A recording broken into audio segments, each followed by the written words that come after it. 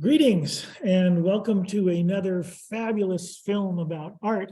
The subject is maquettes. We're going to talk about maquettes, which is a very powerful way of exploring ideas in sculpture before you have to commit to a larger form, to a bigger, something that takes more materials and more time. In ceramics, which is where we're working, the maquette process can be really invaluable. Here's an example. I'll show you lots of different maquettes here. In fact, I think I'll let's just look at a few different maquettes and talk about them briefly and get this idea. So they're quite intimate in scale, but they can be very precise as well. Here's a piece that actually did end up becoming a larger sculpture, about a 25-inch tall sculpture, I think.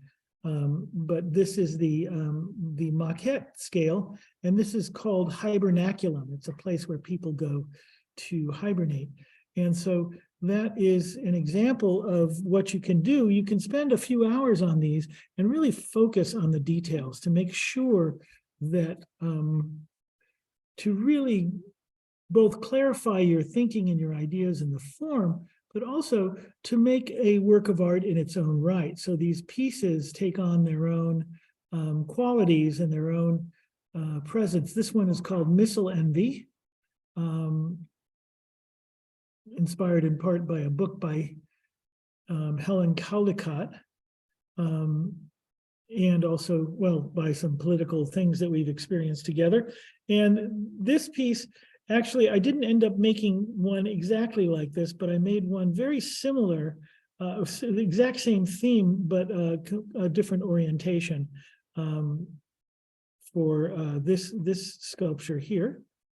And both of those maquettes that I just showed you have been exhibited in a gallery in Germany, and one of their companion maquettes is currently in the permanent collection of a museum in Denmark. This one is called Listen to Your Heart.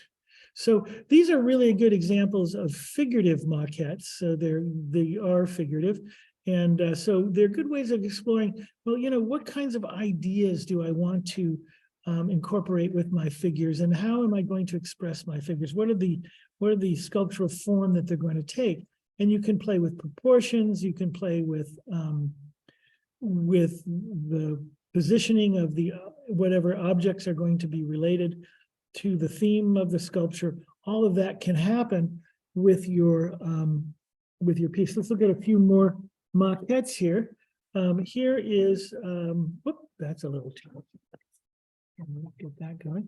This piece is a female figure. And everything I've shown you so far has been wood fired. That's the surface that you're looking at. And so here you can see I'm really having a lot of kind of play. I'm working with the figure and being very playful with the forms and discovering, with a maquette, it's such a small scale that your investment, the amount of time, energy, material cost is lower. So you can really explore and spend time and work on ideas and discover all kinds of things and still come up with a viable sculpture while you work through some of these ideas and discover new things. There was a point in my life where I wanted to change the kind of figure I was making, but I didn't know what that figure should be. And so what I did is I created a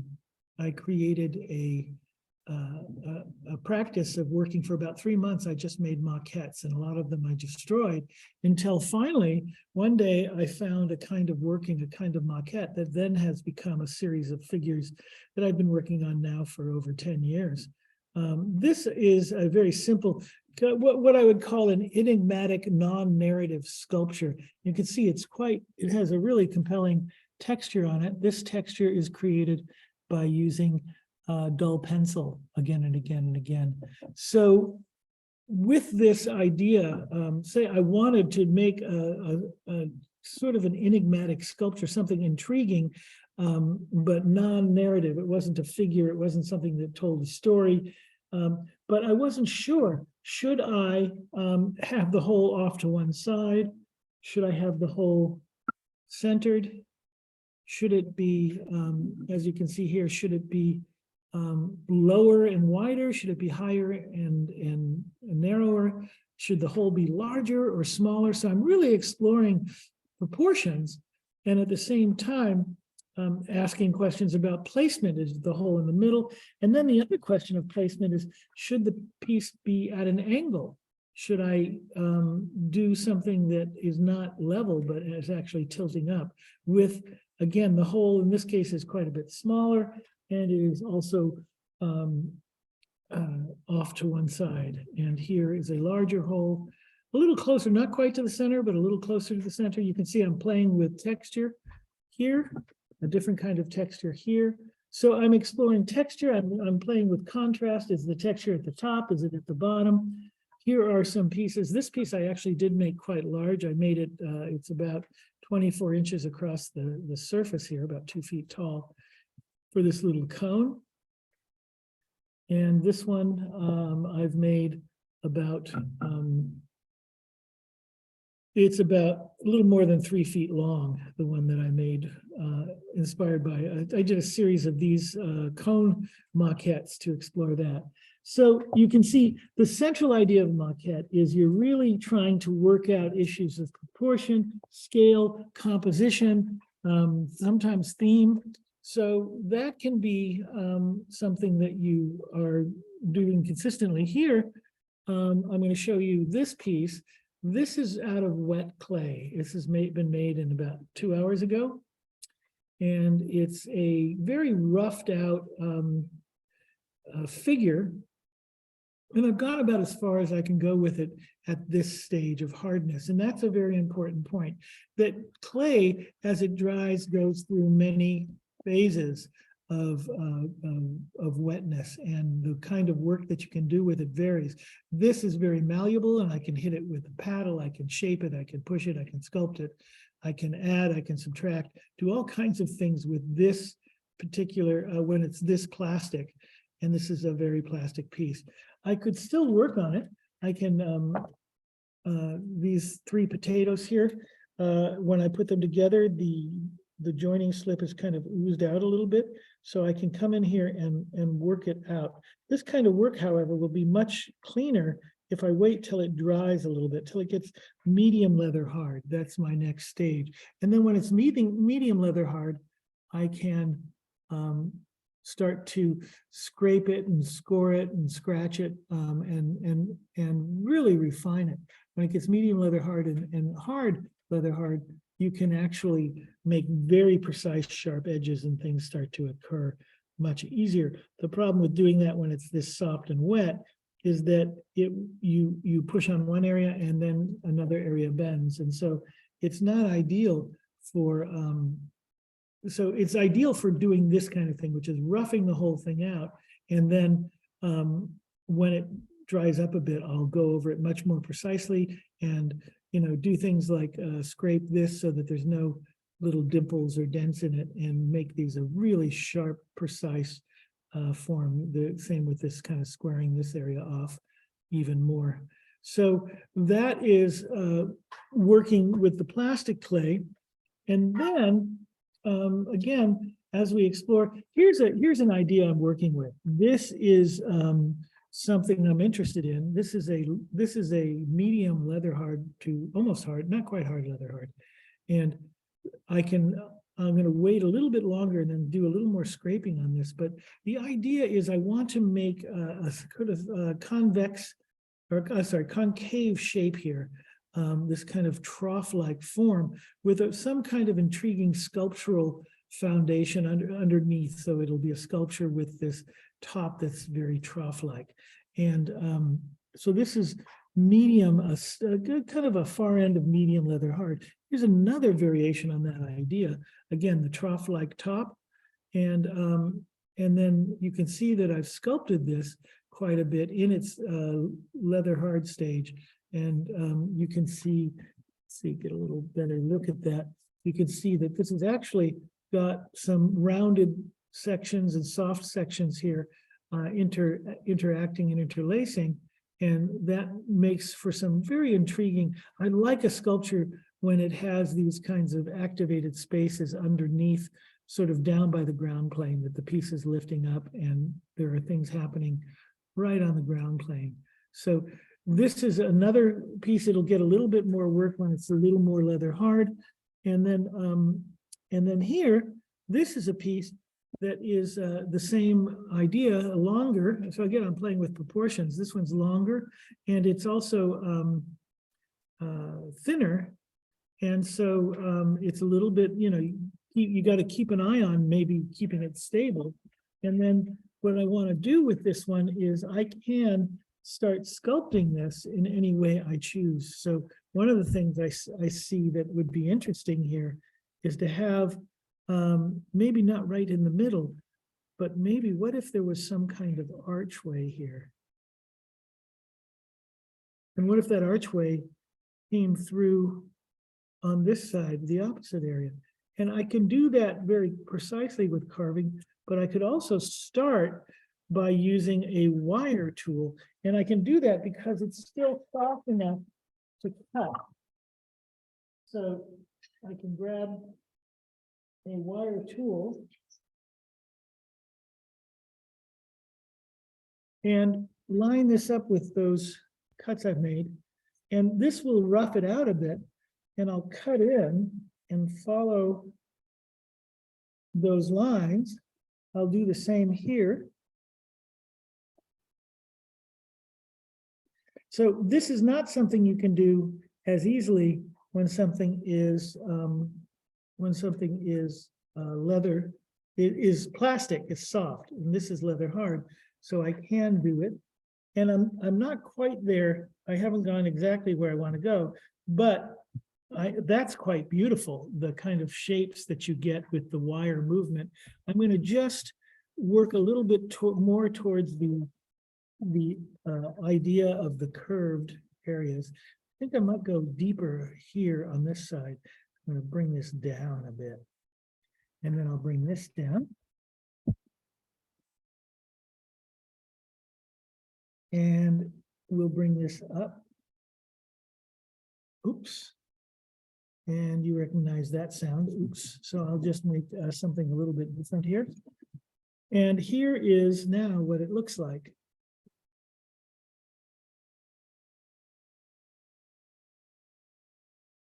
So I've activated the space. I've got this trough-like form here, and I've got this going on.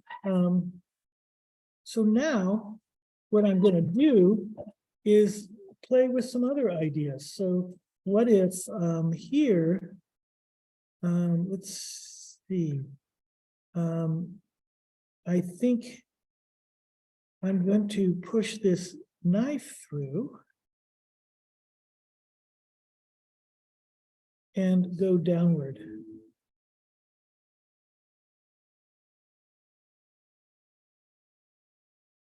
So I'm cutting into this. I've cut all the way through. And then what I'm going to do is start carving that area.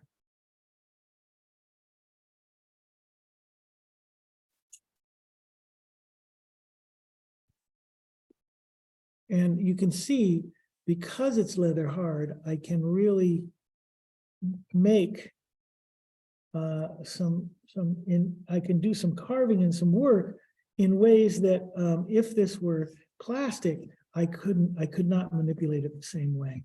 So I'm cutting these out because what I want to do here, what I'm thinking of, I actually do have a plan, which is I want to make two kind of round bulbous forms that just touch in this very narrow line in the middle. So that's what I'm working towards here. And I'll see how I do here. Yeah, so you can see I have now, what I have is this V-cut. And I'm going to go a little deeper on this side. So the point here, this is leather hard. So you saw that figure that I made plastic, and I'll work on a figure here in a moment. So now you can see I'm getting very close there. I have this I have this little opening here, and I'm going to just take my knife and work with that and just make this beautiful little, very thin crevasse here.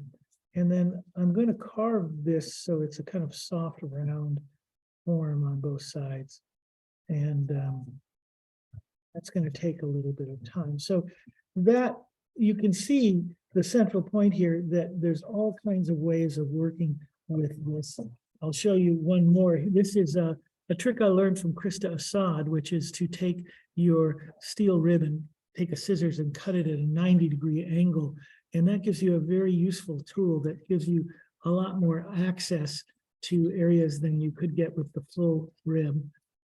And I'm just going to scrape, and that's how I'm going to sculpt this into a kind of round, soft shape. And it's going to take some time to do this. I'm not going to take our time here, but you can get a sense of where I'm going. And I'm going to turn this also maybe into a round shape. I have to look at that. So this will be kind of bulbous, much like this one is here. You can see how that has rounded. And I've done some kind of lighter things here. I'm getting more aggressive on this one. And you can also imagine that if this were softer, if I were moving it around like I just did, this area would, this cavity would collapse. So we're taking advantage of the state of the clay. So that's leather hard. We've gone from plastic and you know, plastic clay. There we go. Let's talk a little bit about that. This is plastic clay. Just ready to manipulate. And that's what I did to make this figure with the potatoes on his shoulder that I just showed you earlier. So I can do that here, is maybe make, start working on this to just, you know, this is something you may be familiar with, just working with clay. And what I want to tell you is, as you're working and thinking through this and building something interesting, keep in mind that you will be able to do more in different states of the clay. So you don't have to do it all here. You just want to get things in the right places. You want to kind of work them out and get them, you know, as I'm doing a maquette, right? So I'm thinking, okay, what does this need to look like? And I'm experimenting, I'm hitting some texture there, and you can see it's kind of like maybe even a little seated figure, perhaps. Just working that.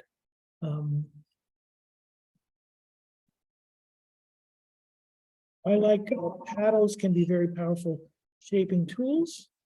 So I'm just getting started with this. And I will work with this. So you work on this, this plastic shape. You can make you can work on eyes and nose and mouth and ears and things, and you can work out the shape of things, the form of things that you're interested in, and create the figure however you might want to create it. And then you can see we've got a good start here. There's a lot more to go. And then once you've got as far as you can go here, you know that you can revisit it when it's getting leather hard, and then do some more precise, more refined work. So this one again is still very wet, so there's not much I can do here. I could still work on it a little bit and make some improvements, but again, I have to be careful because it wants to sag. It's dried a little bit since it was created 2 hours ago, but there's more.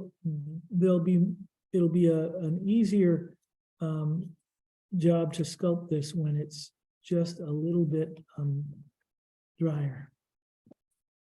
So, but it's, you know, there's so much you can do at each one of these stages. So that's what's going on now. And of course, you are seeing, of course, the best sculptures have 3 potatoes on them. Okay, so you get this idea that you start with soft clay, and when it gets leather hard, you can start working it in different ways.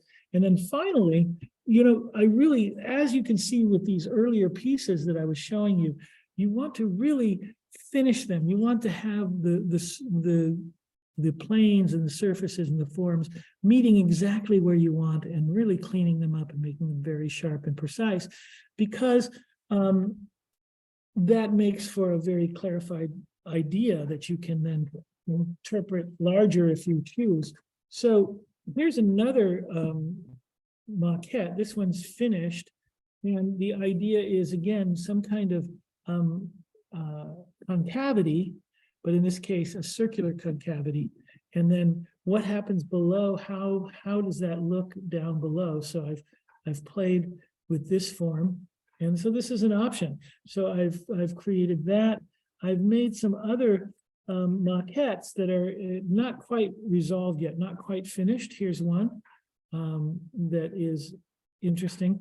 One of the things is that the technique I use to get this texture won't work on a large scale. It works beautifully on a small scale, but it's not going to work. I don't have a solution to do that on a larger scale. So that's, some of this doesn't scale exactly the way you need it to. You can find alternatives. Now, this piece here is, I did work when it was green, and then I did some work, I did these cuts and tears when it was soft, medium leather hard. And now that it's bone dry, I can really refine and make it very precise and finish this thing, take it right to a very clear form. So I'm getting rid of, there's a little bulge at the bottom from it being tapped on the bottom. And so I've gotten rid of that bulge. I want a sharp edge here. So I'm gonna, and I also want the planes to be very flat, very precise. So I'm going to use this rib and really scrape it down. And by changing directions, I'm getting a very even plane. And so the outside here, I have a form that I like, but you can see, it's a little hard to see in the zoom film here, but this surface isn't perfectly defined. So by scraping it, I can get rid of every little dent and divot and little wobble from my fingers and from the working of the clay. I can really refine it. The one thing though is when this clay has a little bit of grog in it, but as I work it, I'm revealing that grog and I'm getting a little textured kind of form here. So it has that kind of like a pitted surface, which I've grown to quite like. If you're scraping things in this dry state, you're going to get that pitted surface. So I'm going to go around and I'm going to do this with all the forms. You can see there's the concavity that I want at the top, and it's there, but it's not very precise, and there's a lot of divots and things. Plus, I want it to come right to the edge here, and it doesn't. So with a little bit of work, I can get it just to where I want it, because this dry work, it allows you to be really, really precise. So that's what I'm doing. I'm going to work that, and I'm going to take those edges right out to the very edge and be able to then have a really sharp edge to where the concavity starts. And I'll also be able to make this a pure sweep of this concave form. So that's what's happening here. And again, this whole topic, all of this is maquettes. The finished piece, it'll be about 2 feet across the top. Keep saying 2 feet, and maybe this will end up being 4 feet tall. You know, but I can try with this process. So I'll keep scraping and cleaning this, but you can see already, I don't know if you can see, but it's much more precise and beautiful. You can see I can explore lots of ideas for this concavity. And then this is how, this one here, I started thinking, well, what if it's a different shape? What if it's not round, but it's long? And that led to the pieces we saw earlier. you see, I have lots of maquettes that are exploring proportions and scale and size. So it's a very powerful way of working. So again, the idea here is that maquettes are a really powerful way to explore ideas and find the form you want without having to build, a large scale piece and then get, halfway through and go, oh, no, that's not quite right. I have to move it or change it, which takes 2 weeks rather than 20 minutes or an hour to alter or to do another maquette. So that is what I have to say about maquettes. And again, really encourage you to, when you're making maquettes, to consider them miniature sculptures. Don't consider them quick sketches of little or no value, because these things become objects of interest and can easily be included in exhibition shows and galleries and museums, as this one has and many others here. So really finish them, not only because then you have a sculpture of merit that you can exhibit and you can show people, but the other reason is because your ideas are clarifying as well as you work like that. So that's the issue of maquettes. It's the way to explore sculptural ideas. If I'm thinking like right now, you can see I've got this round circular concavity sculpture that I'm thinking about, and I'm also thinking about this elongated sort of almost like a, I don't know, almost like a boat shape or something, not quite, but some kind of concavity that's elongated. And I'm exploring. I'm going to make something. I don't know what. So I'm playing with the ideas that are occurring to me, and that will prepare me to know which way forward. So that's really what maquettes are for you to discover which way forward. So that's my little comments on maquettes. I hope you have a lot of time to enjoy making them, making art. I know people who pretty much just make maquettes now. Of course, the famous sculptor Henry Moore would go, he had a number of different studios on his compound. He had one studio where he lived.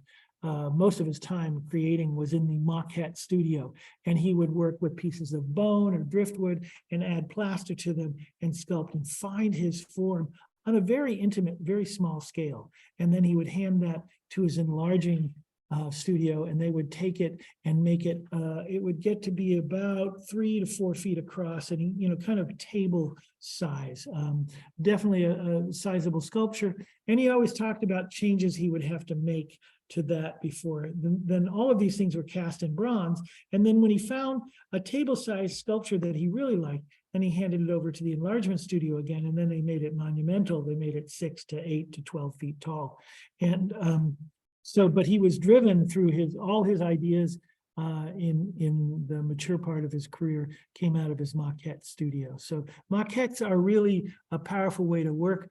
I encourage you to enjoy them and to explore and experiment. There's very little to lose and so much to gain. So stay safe and make lots of art.